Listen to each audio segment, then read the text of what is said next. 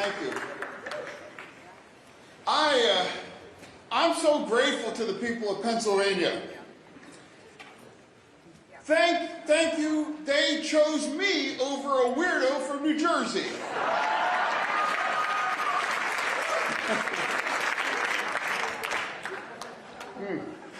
At any rate, but no,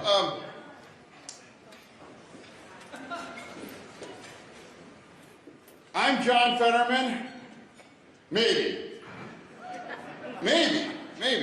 And let me explain. There is a fringe kind of legitimately, I swear, that I have a body double. It's the truth. And normally that stuff's crazy and it's, but this is actually true. And I am the body double here tonight. Do you have any idea how hard it was to find somebody that's 6'8", that looks like this, and had a stroke?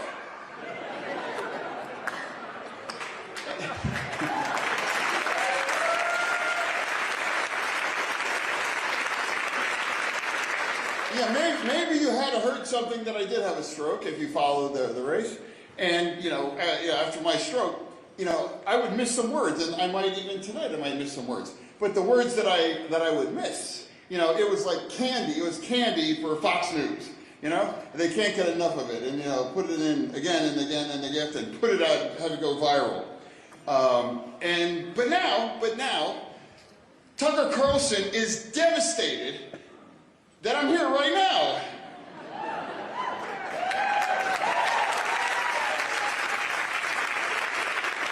Tucker Carlson is unemployed, but I am employed.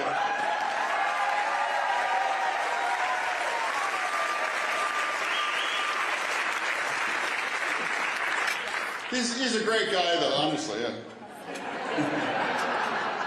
Anyway, I'm in Iowa, and I want to talk about Iowa. And I want to talk about the important issues, really as well, too. And again, I want to, Rob, thank you for thank you. For years and years, I followed him on Twitter. And one of the things that I've heard about is I have this thing called, and let me get this right, breakfast pizza. Right? And I was like, okay, I have to trust this. And, he picked me up in his truck, and we went. And he explained that there's two things. There's come and go, and there's Casey's. Casey, okay? And if any of you follow Pennsylvania at all, and no reason why you should, but we have two things too. It's called Wawa. Wawa, anyone get the reference? And they have Sheetz. And of course, ironically, Sheetz was founded in Altoona, Pennsylvania as well.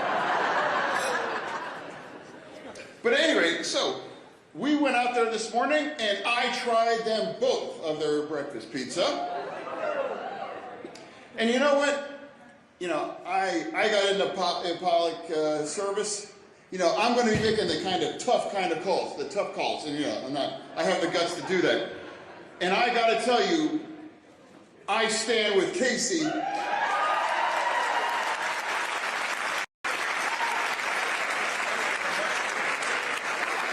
It's like it was an easy call. No opposed. I'm not trying to offend any of the come and go fans out there, but I got to go with Casey. But let me I want to be serious right now. Politics is a very, very cynical kind of business. It really is. And politicians, they pander a lot, right? Don't you guys know that in Iowa about that, Drew? They really do. But I hope you realize, or I hope that you think that I'm different than that. And I don't do that. But by the way, I love ethanol.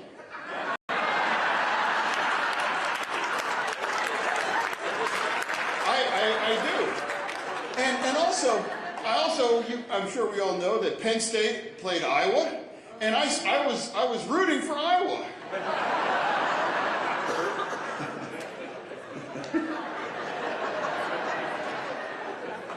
It's really kind of sad.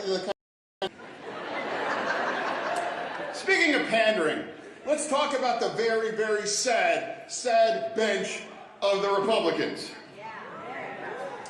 For months, you've had to deal with the kind of stars like that. You have Ron DeSantis,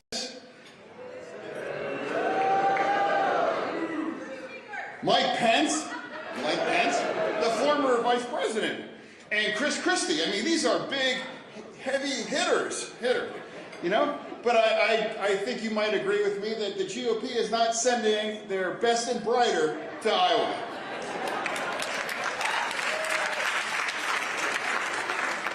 Were you as I, were you devastated when Mike Pence dropped out? When I got the news. So can we join for a moment of silence for that?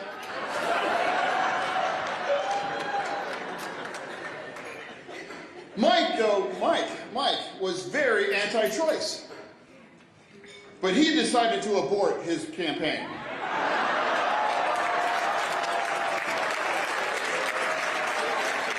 He's a gifting man. He was able, you know how hard you have to work in order to get fewer than 10 people to show up to the Pizza Ranch. He pulled it off though. He did. But it gets better. Let's talk about your governor from Florida.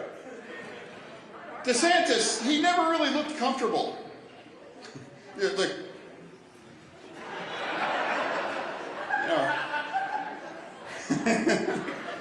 he's managed to make laughing awkward.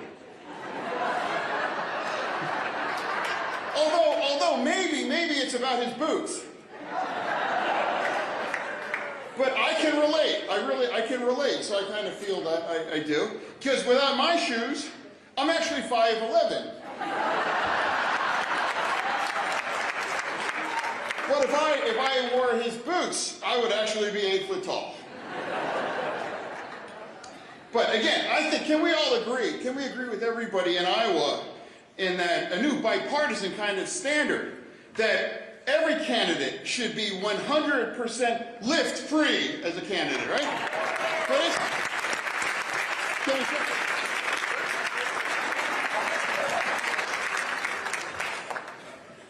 But you really must be getting so tired of all these people. I mean, I'm tired of it. I don't have to see all the commercials on that trip.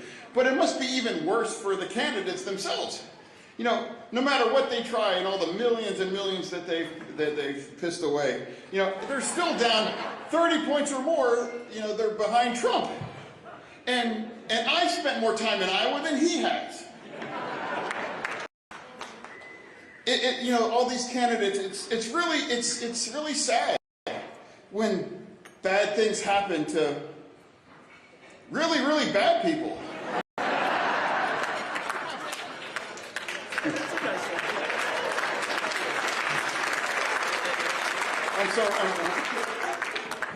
I don't know, maybe if you follow things in DC really closely, but yeah. But you might, maybe you think that there's a lot of dysfunctional in DC. True, right? Yeah. I'm here to tell you, I came from DC and Pennsylvania to tell you in Iowa, yes, it is dysfunctional in DC. But I'm asking all of you to relax. It's much worse than you think. We have one of my colleagues that have gold bars in a mattress. But I'm sure it was an innocent explanation. I'm sure. And it took the Republicans 2 weeks to pick a new Speaker of the House. Crazy. It's crazy. But anyway, they really have their values and the important issues. But have any of you heard about something? It came up. It was called the dress code. The dress code. Anyone hear about that? And I was concerned. I'm like, it had nothing to do about me. I don't know what they're talking about. But what I did feel they rallied around the really important issue. They rallied and we were able to vote unanimously that a guy dressing like a slub on the floor of the Senate is more critical than not having the government shut down and paying our bills.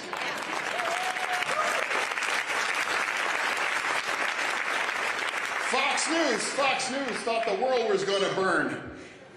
He's lowering the bond. He's a disgrace. My favorite insult, it was Martha Crawley, a revolting slob. and Tucker Carlson, crazy stroke victim. But Fox News elevated as a folk hero, the Republican who was groping and vaping during a musical.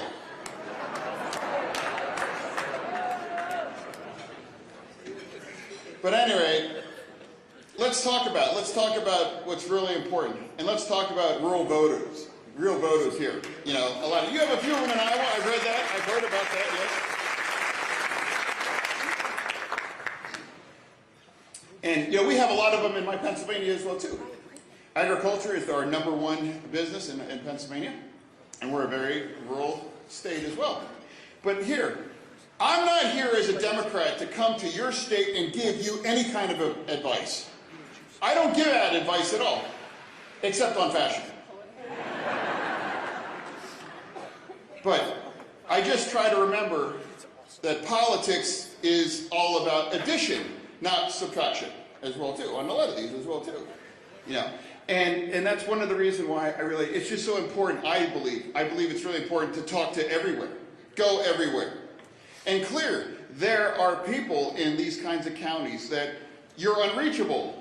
If you've got the wrong letter at the end of your name, you're not even thinking about considering voting for you. But it's really, there are. In fact, my slogan through every county, every race I've ever been in is every county, every vote. That's the truth. That's the truth. Why am I in Iowa? Well, because I really wanted to have some breakfast pizza. But the reason why I'm here also is because Iowa reminds me very, very much like a red county in my state in Pennsylvania. And you all know, unfortunately, that you are a very red state.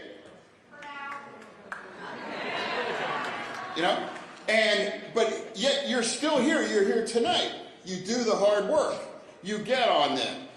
And when, do you have uncomfortable conversations across Iowa? If you are a Democrat in some of these places?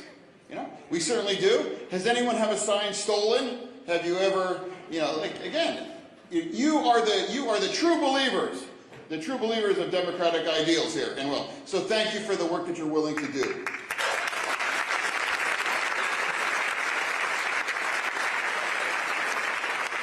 And in Pennsylvania, the goal was never to try to turn a deep red county into blue. The goal was to reach the reachables, and make sure that allows us to win across Pennsylvania. And that's one of the reasons why I'm able to be a senator right here in this room here tonight. So thank you for the work that you do.